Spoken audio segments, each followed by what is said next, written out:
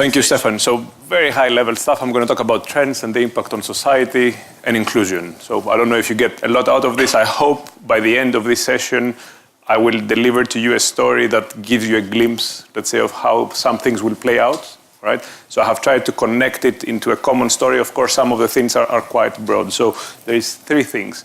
I'm going to talk about three megatrends. Now, if you are into trends like I am, you know that probably right now in the world, we are monitoring about 250 different megatrends that impact our way of life. You cannot talk about 250 trends in 45 minutes.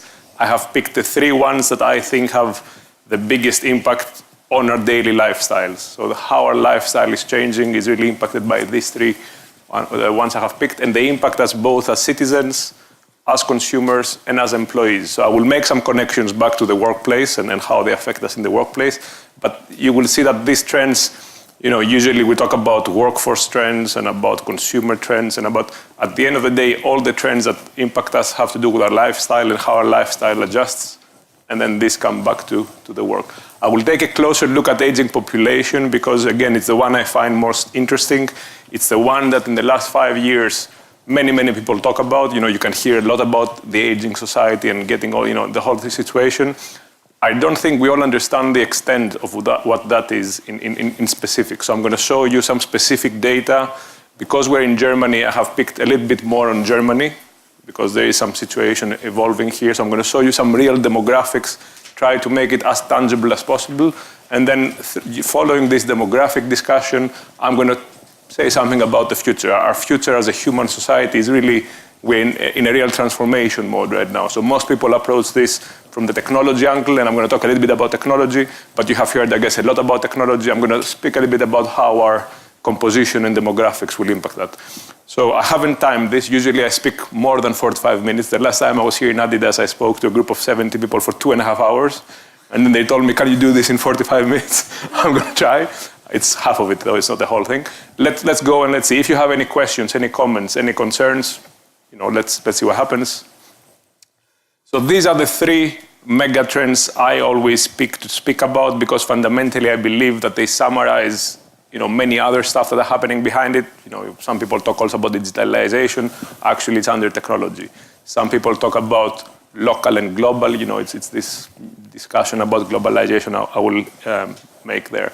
So these are the three things that I would like to discuss. And it's not so much me telling you what these trends are about. I have three questions for you. So we have lots of people here. Hopefully I can get answers.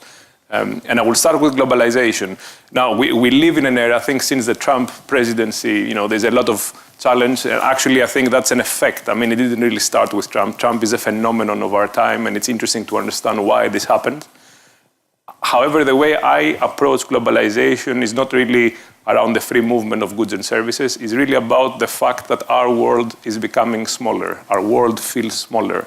And no matter who is on power, this trend is very difficult to reverse. The world is smaller, and this has big implications for us as people. So let me ask you a question. Let's see how the world becomes smaller. Who knows?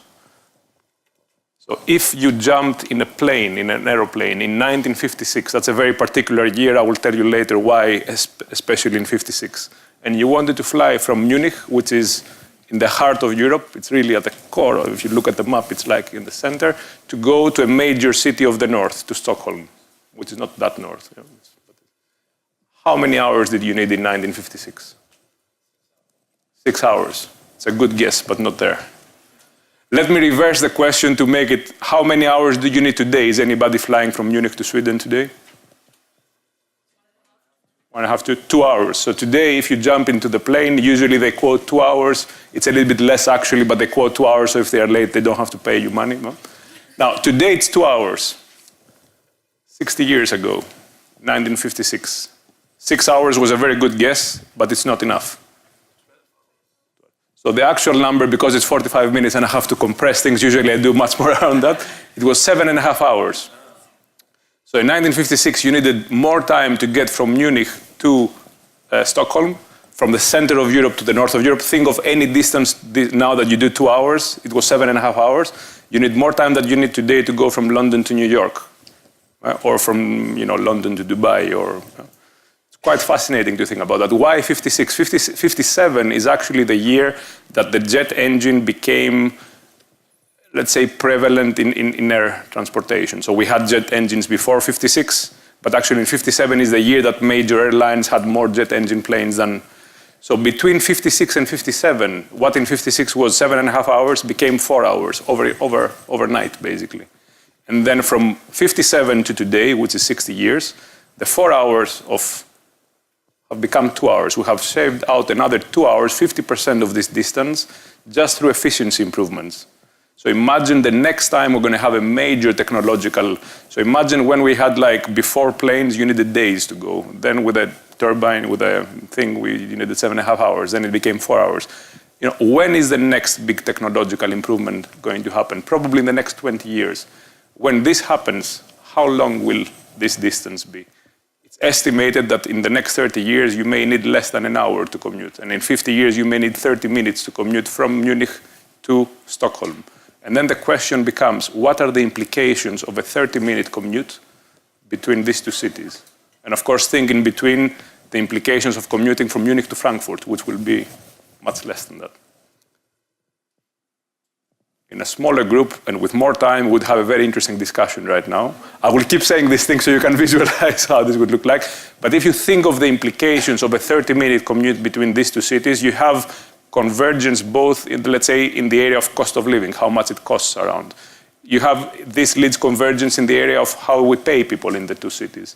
But fundamentally, it converges on the values and expectations of people in these two cities. And today, in Europe, our values and expectations have more or less converged. You know, it becomes a global market. We talk about generation. I'm going to speak a little bit later about generations, but we talk about Generation Z, which is 20 to 23, 24-year-olds now, as being the first global generation. They have a very strong local identity and global identity. A big part of this will be just because the world will be much smaller. Now, the distance between Munich and Stockholm hasn't physically changed. It's the same distance. I mean, between 56, unless this was a conference of geologists and people who understand Earth movements, you could prove to you that maybe they have moved a little bit. But fundamentally, these two cities are the same distance, but it takes so much less to go there. And the thing that this would do to us, and is already doing, is it affects our values, what we value, what value system we have as citizens, as consumers, as employees, but it also affects our expectations about how our lives will look in the future and what we expect today. The best example, I use this because, again, Munich and Stockholm are quite close, but if you take two 18-year-olds or 22-year-olds, let's say two members of the Generation Z right now, and two in Germany, and let's say two in Malaysia, right, today. You know, you can say who is who because geography and climate creates different characteristics on how we look. So you can, but if you look beyond that, very quickly, probably you realize that these two people today look very similar. They dress very similar. They carry smartphones. Probably they listen to similar music.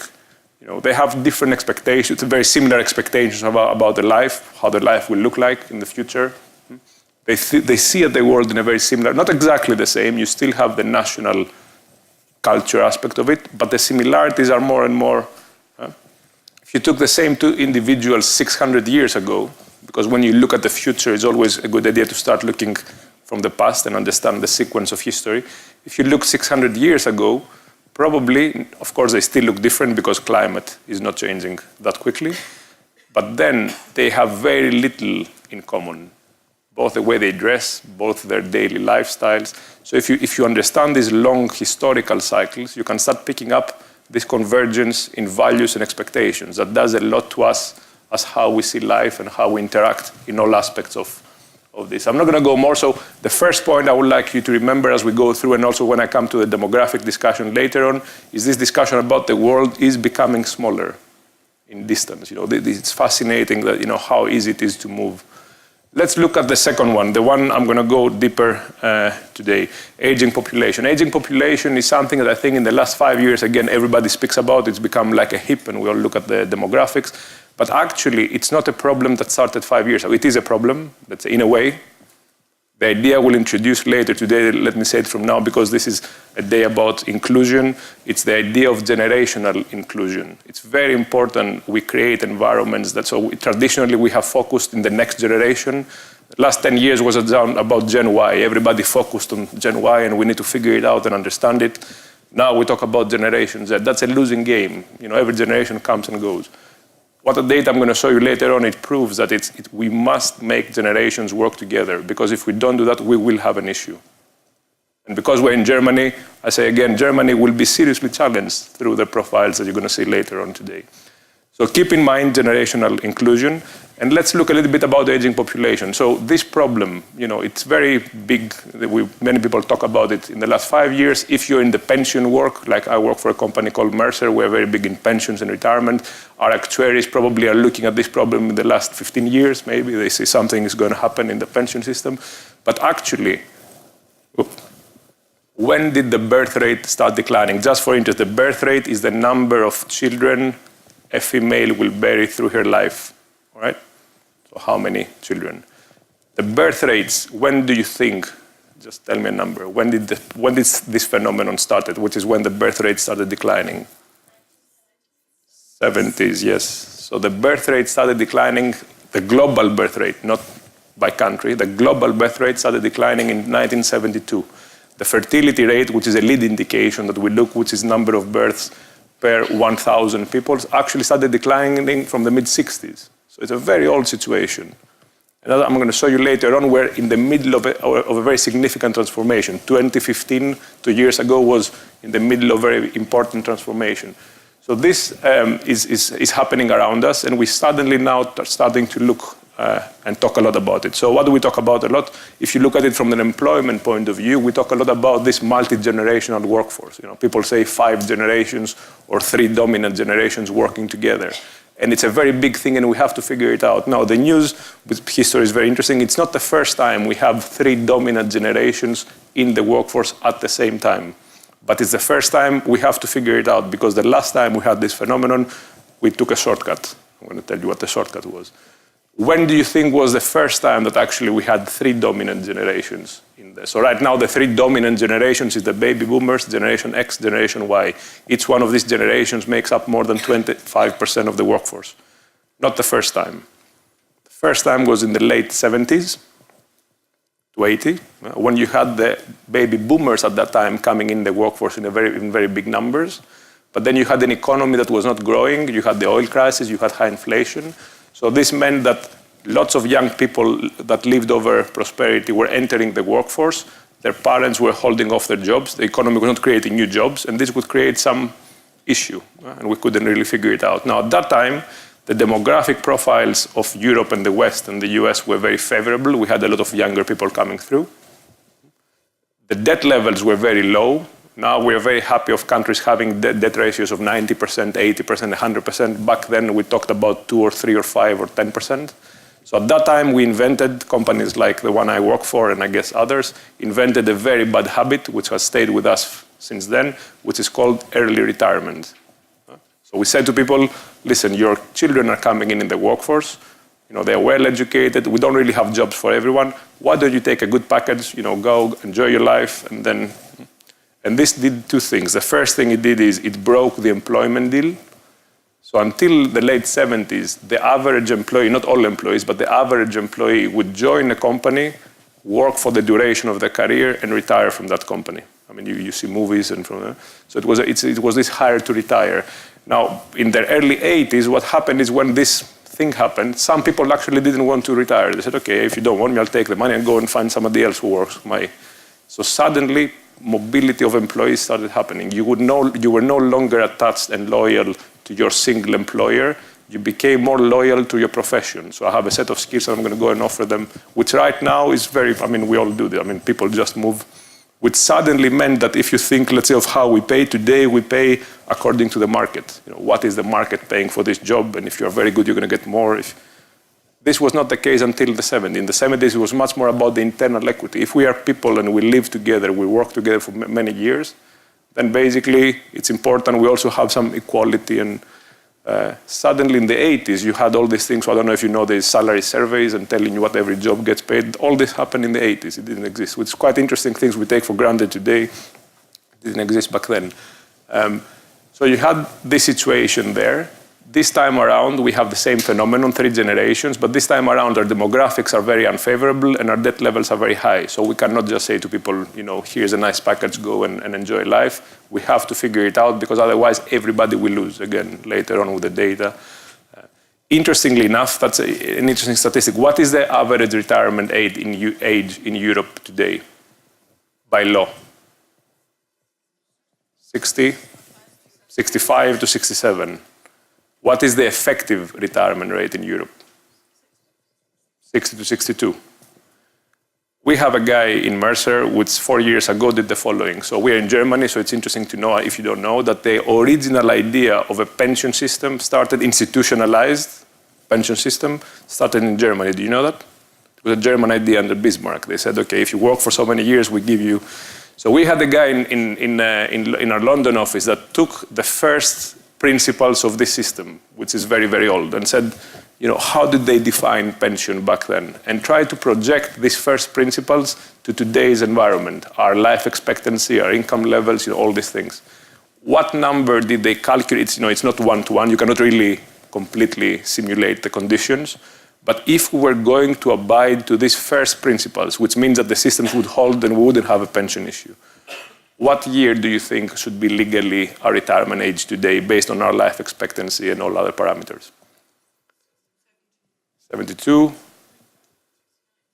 So the number, it's not absolute simulation, but the number that came out from this work was 83, which is to think how institutions and governments have fallen behind our evolution as a human species. And because I found it fascinating when I read this, it was like a few years ago, and I went and I met this colleague and said, can you explain to me? He basically told me that the real number is probably between 75 and 80. 83 probably was a bit higher because you cannot really simulate. But it's interesting to think that we are fighting for an environment today all over Europe to sustain a system that mathematics tell us cannot hold. And the best managed countries will sustain it a bit longer. The worst managed countries, I come from Greece, which is very good in managing all this, will go first. But it's a years issue. It's not, you cannot really fight it unless you are prepared to take big change and unless you understand that it's really about including more people in the workforce, as we're going to see later on. So I could go a lot. I'm going to say a few things about working style. Another thing that it does, it's really the working style impact. If we were having this discussion 30, 40 years ago, I don't know if ADIDAS was always casual and you wore your... but I do these presentations in many companies, and today you see people dressed, you have people from wearing suit and tie in the room to wearing shorts and t-shirts, which is nice. 50 years ago it was all one size fits all, and you had to... Now, it has come to my attention that basically we are moving in the wrong direction now. We tend to think that casual is good and formal is not good, which is not actually. So you have even companies like PwC, like very serious accounting, issuing press releases that say to the world that they just changed the dressing code to what they call dress for the day. Now, why would you issue a press release to tell everybody how we dress in the company? They think it's employment branding and they are very cool to do that. And you have many companies that do that. So my company also did something like this in some country who said, we're not very serious anymore. Now, the issue there is that it's not really about formal or informal. It's really about how each individual feels comfortable. So I may feel comfortable to wear a tie, so I shouldn't feel excluded wearing a tie. Do you see what I'm saying? Now, and an interesting story behind this is how sometimes we have ideas in our minds that we think are very set, but actually the reality is slightly different. We have this view of the startup companies that are very fast and very liberal and very interesting, and you see photographs of people lying in beds with their laptops and working. Now, I do a lot with startups. In my role in Mercer, I meet with startups every month, every week almost. Very often we may buy some of them, we may do partnerships with them.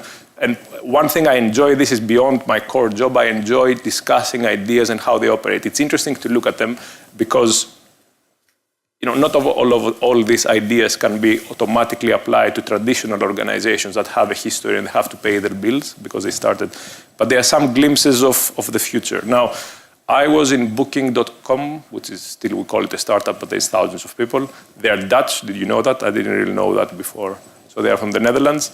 And I went to their office like it was in September. And when I went to their office, there was a few interesting things. So the first thing for us in Mercer, and I say Mercer as a traditional company, it's very in fashion now that everybody works from home and nobody's in the office and it's all virtual and all that. You go to a startup and you realize very quickly everybody's in the office. Nobody works from home. If they work from home, they feel that they're missing out. The office looks very different. The office is very stimulating, but everybody wants to be part. Now, I'm not going to tell you all the details that probably you have seen in the movies, but the one thing that struck me was the following. We walk around the office and then we go in the room and we start discussing. And at some point in the discussion, one lady tells me, you probably realized, I hadn't realized by the time, but I pretended like I had. I said, of course, I've seen it. One lady told me that you probably realized that our employees proudly wear the Booking Blue. So if you know, Booking.com has a blue version, and they have trademarked it. It's very Dutch. If you are Heineken, they have a trademark, the E. Booking has trademarked the blue. So they have trademarked the blue, and they were proudly wearing the Booking Blue. What she was telling me, which means when I went out, I looked again, and every employee was wearing something of this blue shade, whether it was a T-shirt or a hat, or not exactly the same. Now, if you take this idea a bit further, what you realize is that when you give people, let's say, I'm going to use a word that might not be right, but ultimate freedom, be very free and be yourself, they fall back to some predefined patterns. What are these patterns? They self-impose on themselves a sort of uniform. Imagine somebody told them, you have to wear the blue. Everybody will go crazy. But because they had the freedom, and they had these very good working conditions, and they wanted to show that they are belonging there, and because we as humans, and that's some other challenges, if you look in anthropology, we are a tribal species. We now live in cities and we do all these things we do, but we're a tribal species. So you want to be part of your tribe. Not every single part, but this is the instinct we have. And instincts take way longer than 1 or 2 or 3 or 5 generations to change. Instincts have been developed over millions of years. So it was fascinating to see that we think the startups very good and very free, and they're self-imposing a uniform on them. So imagine a person going shopping on Friday or whenever, and they say, I have to find something. Nobody tells them to do that, but it's just how the brain works. So again, this idea of the working style and how the tribe will operate is something that I think as we move forward will be much more prevalent. And the key point is, it's not one or the other, it's how we can create these conditions of being inclusive and allowing people to feel comfortable within that. Yeah. Let's go to technology and then see a little bit of the data. Technology, I can really speak for 3 hours like most of us, I guess, so I'm not going to do that. I have a question that when I looked over the program, I realized that probably connects very nicely to Christian Kuna's presentation later on today. So maybe I'm going to start the discussion here and then you can go and watch Christian. We didn't plan this, by the way. I mean, I have this, as I'm thinking about these questions, say, what is a single question I can ask people to make them feel how technology will impact. So let me tell you the question. It's a bit funny, maybe. Some people find it a bit scary, actually, but it's a reality.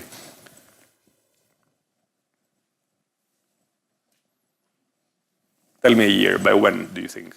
By when will we be legally allowed to marry robots? Because the question is not if. The question is by when. By the way, the date 2 weeks ago became much shorter, much closer to us. 2 weeks ago, something happened which was very interesting. I'm going to tell you about that. But tell me, has anybody have a year? When do you think you can actually start getting married to robots? When? Absolutely, but let's say the earliest country. Maybe Japan will be the earliest one. I love Japan, it's my favorite country in the world. 2025, excellent. So basically, yes, somebody said 2025, there, yes. There was actually research and they were saying based on the technology, because there's 2 characteristics that robots need in order for us to get married to them. I mean, you wouldn't get married to your chair because it has some basic problems. I mean, the first problem a chair has is it doesn't move. So you cannot really share more, so you need mobility and you need artificial intelligence. Let me just put it out there. But they were saying in terms of the mobility and AI, it will be by 2050. Now, of course, all these things come way faster. 2 weeks ago, there was something interesting that happened. I really found it very interesting. So the EU, the European Commission, which is a fundamentally conservative institution, there was a report that came out that basically was about, and you can Google it and download it and read it. It's fascinating that they actually did this report, and it's now available, about behavioral conduct between humans and robots, right? And they say, what they think. It's quite, towards the end of the report, there is a set of recommendations that this group that was commissioned has towards the commission, right? And they say a few things. The one which was very interesting, it says that they were proposing to the commission that we grant legal status to robots from now. Now, that's fundamentally what you need to be married, because if you're going to get married, you need to be able to sign and have some presence. So already there's a discussion, even in, let's say, conservative institutions like the EU Commission, about granting legal status to robots, to machines. Yeah? Quite interesting to think of the implication. Who knows of Tinder? Why do you smile? So Tinder is an app. It's an interesting app that basically you look at photographs and you say, if you are a guy and you like girls, or if you're a girl and you like guys, and you say yes, no, yes, yes, yes, no, no, no, no, okay?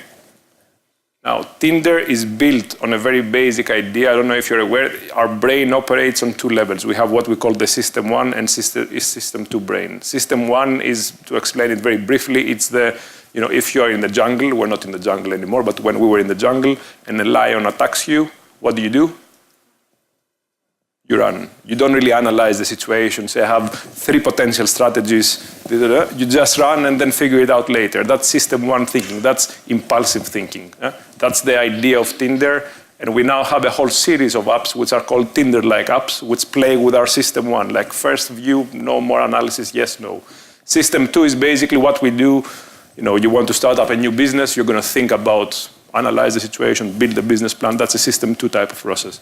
Now, Tinder, it's interesting because, and all these apps, they will be able, maybe they're already able for some people who are very active users to tell you exactly, so if you like, let's say, men, okay, they can tell you, and you can say, these are the characteristics of men I like tall, blah, blah, blah.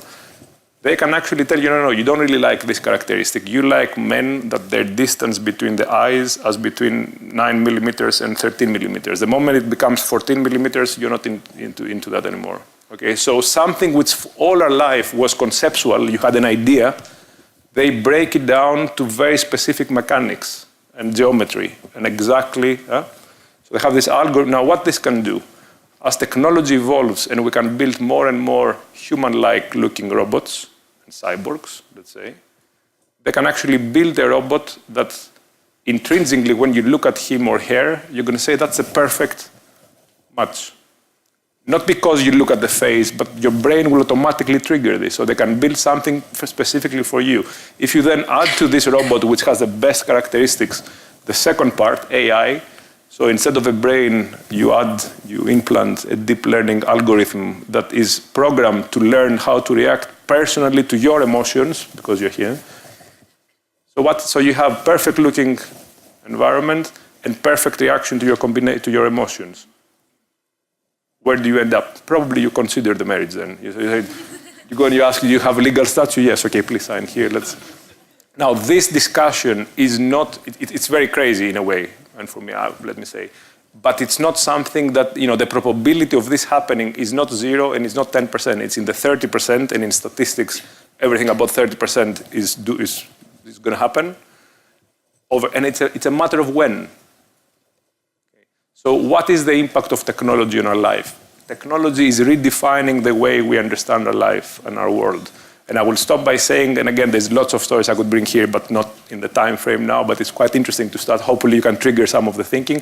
Is this convergence between the real world and the digital world that is becoming more and more prominent, and will be way, way faster than we think before 2020. Right? So keep these 3 in mind, and let's now go on, and you're going to see some of them will connect back. Let's go and look a little bit at the demographics question, because I think technology we all get in a way. I mean, it's all over us. Globalization, again, we get it in a way, we travel, people do. But aging population is something that sometimes we may understand in high level, but we don't really go in the details. So what do you see here? This is a country. I'm going to tell you in a second what country that is. And that's a population distribution. Every line is year. So the first line here, this is year. This is 1-year-old, 2-year-old, 3-year-old, 4-year-old, all right? All the way up to 96 years old. And then you have female and male. This is how the generations look in this country today. So when we say generations, and it's a very abstract thing, and we say, this is actually in real life the size of each generation. What do you see here? This country has the boomers, you see the area is bigger. Gen X is a bit smaller, and then Gen Y is bigger than X, all right? This country is in a good position because this country will have a generational, a demographic tailwind. Yeah? I'm going to explain why. Let's consider what's happening in the generations.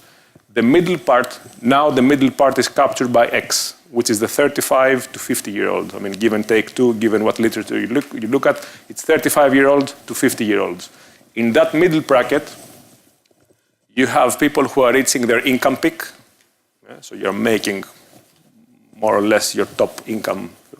At the same time, you are reaching your consumption peak, you're consuming a lot. And at the same time, you're mature enough and uninformed enough to believe you're going to make a pension, so you're investing enough, right? Let me just say you're uninformed. At the higher levels, they will make an investment. I am 39. I don't think I'm going to get a pension from the state, so I do my own arrangements. So in the middle part, you have high income, high consumption, high investment. When you have high consumption, it means local businesses now internal consumption is stimulated, so you have economic growth now. When you have high investment, it means people put money on the side for the pension, which means generally, and I simplify, it means interest rates are going down because there's available money in the banking system. Interest rates going down means that, again, companies can borrow, economy goes up. So a strong middle part, now it's X, but a strong middle part there means current prosperity. Okay, today we do, and if we don't do well today and we have a strong middle part and the next part is weak, then we have a big problem. So the strong middle, the boomers are basically income peak. You have still, I mean, you maintain this high level of income, but your consumption patterns are starting to decline. You don't consume as much as when you were 40 years old. And then your investment side, again, it's flattening out, and at the highest level of this graph there, you start consuming out of your investments. So you actually take money out of the economy, of the banking system, all right? So it does something to interest rates. The generation Y, which is today, so the bottom part here, which is the 24 to 35 or 20 to 35, today captured by Gen Y, you have rising income. You haven't really reached the income peak yet. You have rising consumption. Basically, this is what we say, you consume all you produce. And you have very low investments unless you're super risk averse and serious about it, which is not logical. So no investment, so it doesn't do anything on the business side, rising consumption. Now, if you look at this is the US. What do you see here? The US has a weak middle part, all right? Generation X is the smallest generation in the US since the 1950s onwards. And it has a strong generation Y. You can expect that the US, which already today is growing faster than, we'll see what happens now with the new administration, but from what we know up to now, the US is growing faster than Europe in the last 5 years. The US has a higher ability to attract top talent from outside. Again, they do everything they can to stop this, which is irrational, but it's populistic and people think that that's a problem. If you can grow faster, you make faster decisions, they make faster decisions. You can attract talent from all over the world faster. And you have more people that will enter the economy with this high consumption, high income profile.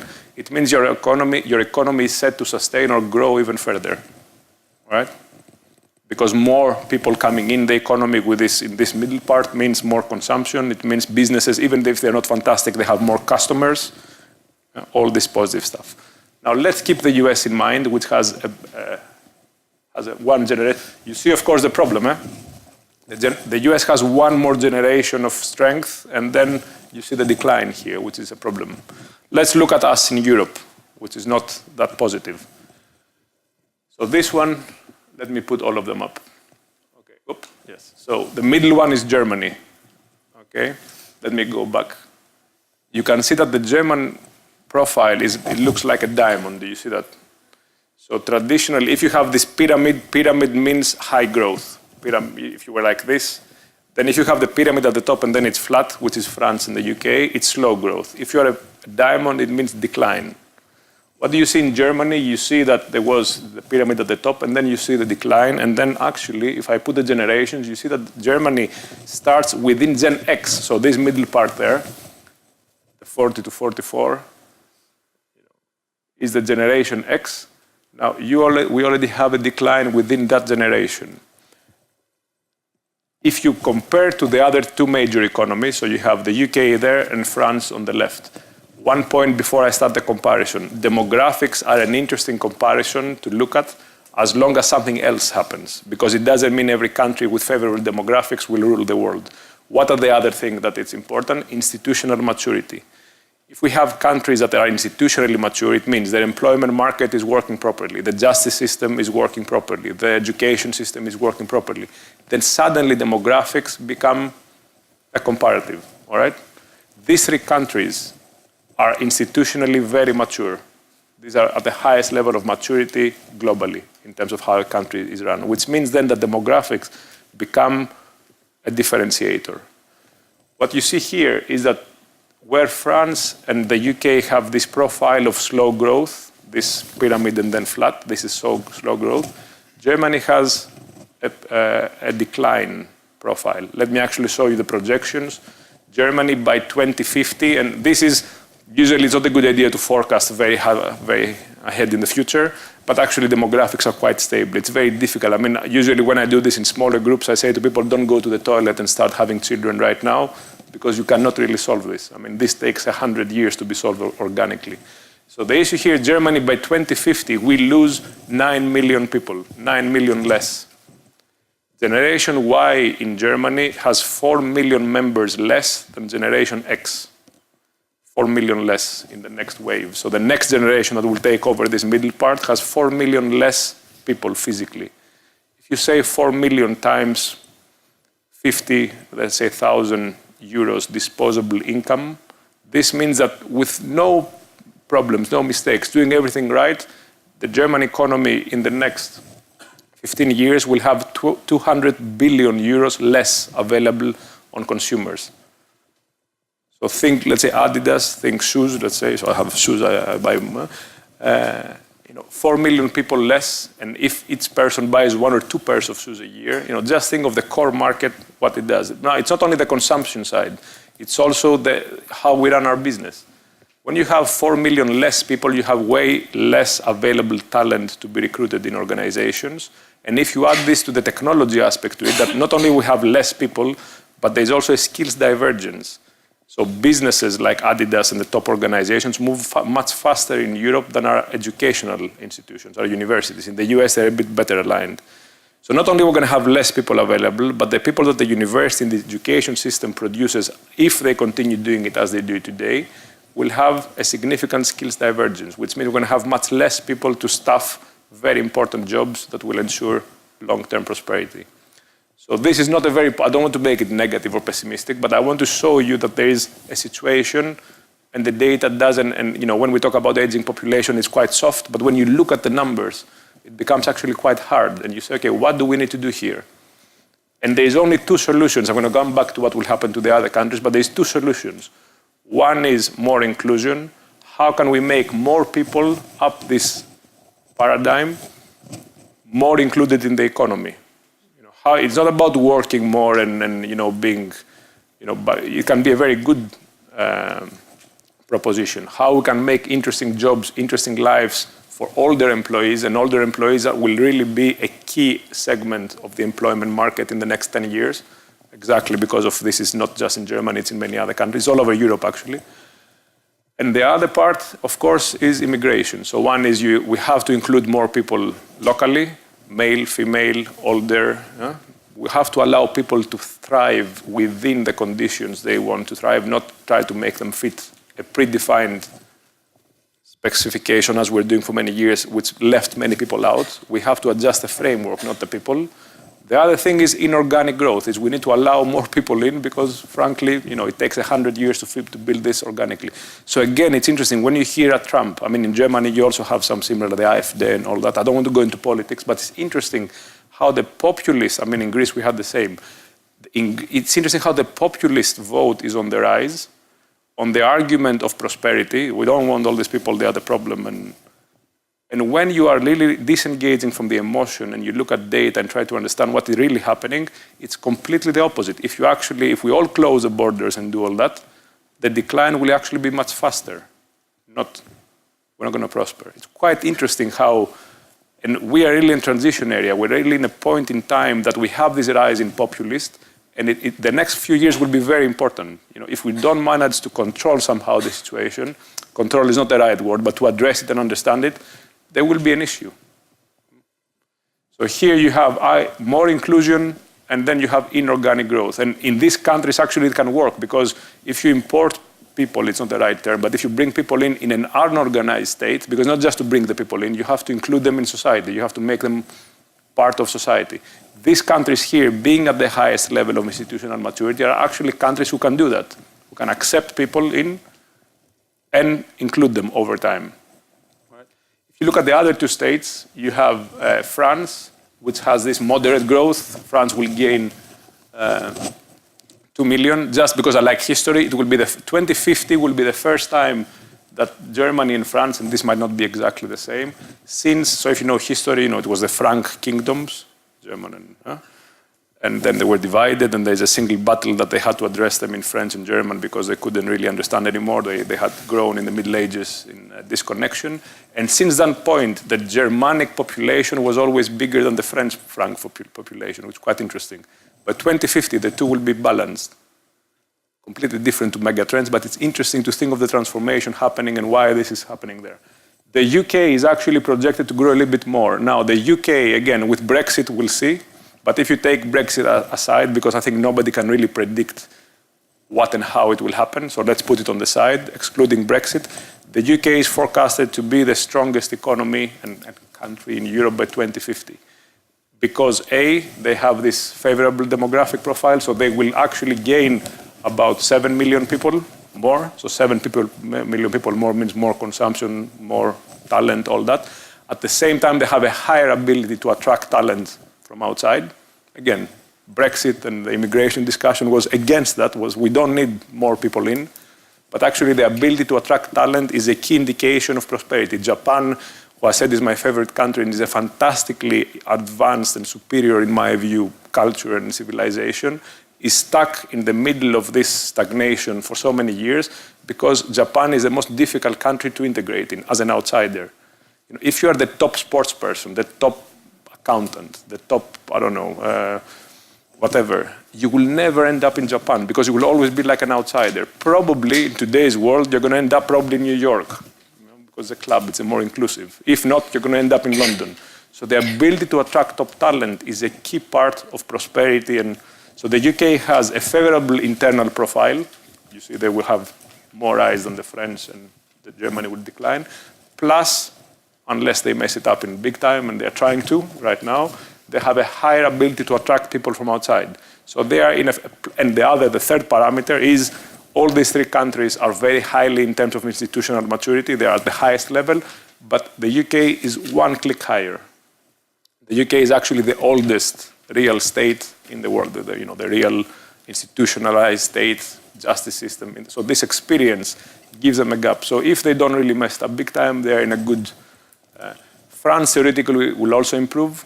So now France is in a very weak part of the cycle, but it's always about cycles.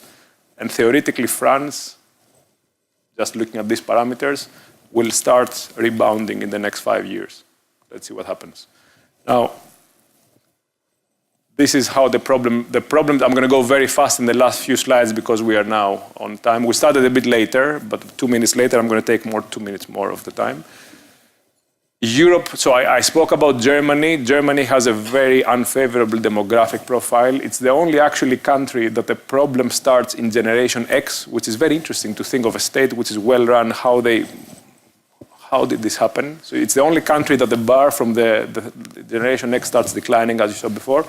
But actually, Germany is not, apart from Scandinavia, which has a little bit more favorable profile, the Scandinavian countries. All countries in Europe have a problem. The biggest problem is in the south, Spain, Portugal, Greece, and Italy, plus Germany. These 5 countries have the biggest problem. It's interesting because we have these stereotypes of the south, the Italians, the Greeks having big families and all that. So I spoke about the birth rate before. There is 2 magic numbers in terms of birth rates. There's the 2.1. If every female has 2.1 children, the population stays steady. It doesn't go up. Then the next magic number, which is the doom number, is 1.3. If you fall behind, if you fall below 1.3, you start losing 50% of the population in 50 years. So it's really... Europe right now, we're somewhere in the 1.8, 1.7. Germany and the south are below 1.5. Now, they're very fast going. So in Greece, we're now 11 million. By 2050, we're going to be 8 million. We're going to lose 3 million. So big shifts happening. At the bottom, you see the opposite, of course. And remember what I said, it doesn't mean that these countries will actually take over the world. Now, this slide, and I'm going to tell you why it's the institutional maturity, but look at this slide. This slide's a bit more interesting because I want to also bring the inclusion side as a point. The shaded area here, so you see this is female and this is male, all right, everywhere you see. And the shaded area is active population in the workforce of this country. So look at how favorable, let's say, India is, and look how few females. This is 80% of males are active here, and only maybe 20% of females. So so Asia, the issue is not just they're becoming more, but as inclusion will be a more global, they're starting from a different point, but it will be more and more prevalent. They also have a big part of the current population, which today is excluded. So in Turkey, if you see, there is no female category, which is more than 50% in the economy. If you look at the European states, Japan and the three before, in all categories, females are at least 50% or more included. Here you have no bar above 50. At the very high, you have very little. So that's one thing. That's how inclusion will also play a role. The other thing I want to raise is if you look at Nigeria, we don't really have inclusion statistics here because, again, institutionally there is an issue. But remember that this profile is not good news. Why is not? Because unless Nigeria, I use Nigeria as an example, catches up very quickly on the institutional side, which is not showing like it's going to be the case. There's a lot of corruption, there is stagnated economy, there's all these problems. You have here large sums of young people entering the workforce, not finding jobs, being exposed to this corruption and all these problems. And this will lead to two things probably. One is social unrest. Young people who now know what is out there because of globalization of data. The information is freely available. In the 40s, in the 30s, maybe you saw a movie, maybe you thought of the US and the American dream. Now you actually know what is out there. And you say, why not me? Why? Because I was born here, I shouldn't. So it's either social unrest or even more immigration. Some people will not say, I'm not going to go and stay and fight here and do whatever. I'm just going to move somewhere else. So there is a benefit to everyone that we seriously take a view both on inclusion and how we help Africa institutionally mature in parts of Europe and Asia, because otherwise the whole equation of a more globalized world will be significantly challenged. Christian Kuna before has a very much more positive view of the future. This is because I just focused on half my presentation. It might sound a little bit, I have a balanced view. I don't think it's going to be utopia or dystopia, somewhere in the middle. But these are serious issues that we need to start understanding. And final point, 2 slides. This is the world population profile in 1980. So you see, in 1980, we had this pyramid. That's a global. We think aging population is just Western Europe and the US. It's a global phenomenon. So that's in 1980, the world was growing. That's a fast population growth, 4.4 billion, and we're now already 7 billion. We're almost double since 1980s. By 2015, that is the middle here, we have this profile that looks a little bit like the UK and France. This is a slow growth profile. You see, it's the pyramid at the top. So now we are 7.5 billion. We're not growing as fast.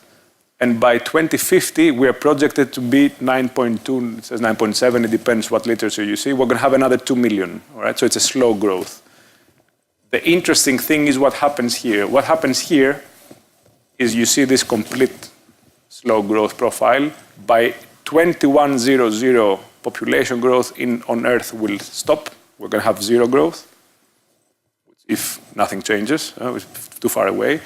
But the more interesting thing that you see here, and that's the point I will close with, is that in this 2050 profile, that's a global profile, it's not in Africa. You have countries growing and declining, but that's a global. You see that every age group is of equal size. Do you see that? Every age group, every bar is of equal size, okay? The point I want to make, because it's really, as again, it goes back in my mind on inclusion, and there's a connection about including both generations and including people of other backgrounds. It's both, is this. I mean, I wrote it with words because I really want to, for all our history, our human societies were dominated by children. So children were always more than, It's this profile of this pyramid. We always had more children around than other. This is how we grew. This is how all our history, even before we have data, okay? Since we're tribes. And this will no longer be the case globally. It's already not the case in Germany, as you saw. It's already not the case in Greece. I mean, in Europe, we already have this. But it will no longer be the case on a global scale by 2050. And this transformation started in the 1970s, as we said before, and 2015 was the middle part. So if you think, and I always like references to movies, there's a very good movie that if you like demographics and all these things, probably you have seen it, Children of Men. Have you seen Children of Men? Yeah, Children of Men is this story about no children are being born anymore. Of course, these are basic ideas expressed through Hollywood, but it's fascinating to think that this is actually what we're doing to our world and our society. Not in the way exactly of the movie, but the movie actually makes a statement. And I'm going to give you 2 more movies and close with that. So if you follow all this, and if we had more time and I covered all the topics I would like to cover, as you can see, I like to speak about things a lot. There is a good scenario and a bad scenario. The good scenario of our future is you have Westworld and all these things, but the one I came to understand, in my view, as being the good scenario is, who has seen, it's not very well known, but it's a movie called The Giver. If you go and look, the cast is amazing. It's a very high caliber movie, but they never did it commercially It's called The Giver. If you watch The Giver, this is the good scenario for me, excluding what they do with emotions, which I think it's very difficult to do that. But anyway, if you watch the movie, remember that it's a world which is very interestingly designed, but it has an issue about they try to completely eliminate human emotion because they say this is the source of war and all that. So if we could figure out this world without the bad scenario, which is one of my favorite movies, so it's my favorite movies, but not my favorite scenario, is The Matrix. So it's interesting that when The Matrix came out in 1999, I saw it twice to figure it out, and now I see it once a year, and I read the books, and you say, okay, who is thinking of this stuff? This scenario, again, is not a zero probability scenario. We are living now in the area, and I spoke about AI before, and I didn't go into too much because I want to focus on demographics. But with AI, the next generation is, we have people who build machines. We have people that work with machines. Already right now, you have all these experiments. I don't know if you know Watson, IBM Watson and everything. They do experiments that they put a chess player, a Watson playing against a Watson, so 2 computers playing against each other chess. And on the one side, they add the human. The human-robot combination always draws or wins the robot, which is interesting. So it gives us hope that we still have a role, okay? But the human only makes less than 2% of choices. Now, the next, however, wave of that, maybe in 20 years from now, is we're not going to have engineers building these machines. We're going to have machines building the machines. You see what I'm saying? And when this happens, then at some point in time, the Matrix scenario doesn't seem complete. When we become batteries from the... So I'm going to stop here because it's quite... But think, and sorry, I dominated. There was not too much interaction, but we're a big room and lots of people. I don't know if somebody has a question, but remember, inclusion, both of backgrounds and generations. These are not, I think, 2 themes that we speak a lot about. We spoke about other types of inclusion, and maybe we forget the generational inclusion. For me, it's very, very important. We really have to create environments that people can actually thrive for more years. Otherwise, we're going to have an issue. Are there any questions or any remarks? Oh, yes, hopefully. I'm from India, first of all. So let's put India back so you can see exactly. Yeah. So when I saw that, I know this, and it's something that I have brought up a few times. So I have to say that it's really interesting to see it computed and represented in this form. Because this is a trend that we already know it's happening in our country. On the contrary, I've also seen the response, for example, of our organization to pull out of countries that are of that sort, or growing, or potential, or the potential is so much into the future that we don't see it, or I don't know how it's strategized. But I have to say that for me to look at that and to really see long term what's projected, it's very interesting, and it's good to know that this kind of research is taking place simultaneously. So that would be the only remark that I would make, because when we do our forecasting, we go on to, let's say, 5 years, 6 years, what's happening right now. And we forget what's happening in 20. One point on this, because it reminded me a point. When I was speaking to colleagues in ADIDAS around your sales strategy, I'm going to say something, I don't want to go into too much detail, but ADIDAS has this approach to the very young that set the trends.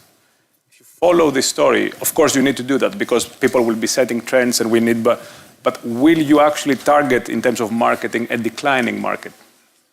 Just think of that. If you go beyond the 5 and 10 year and you start thinking strategy in 50-year mindsets, and you don't need to do this now, of course, but then the very young segment, which is this one, is the declining segment.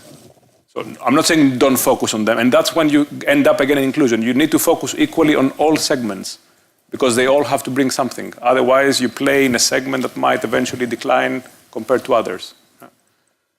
Any other comments? We are over time now, just to say, but I don't think there's immediately afterwards something else. So I can tell you another story if you like. No. Any other comments or any other questions? No? Let's call it a day. Thank you very much. Hopefully, thank you.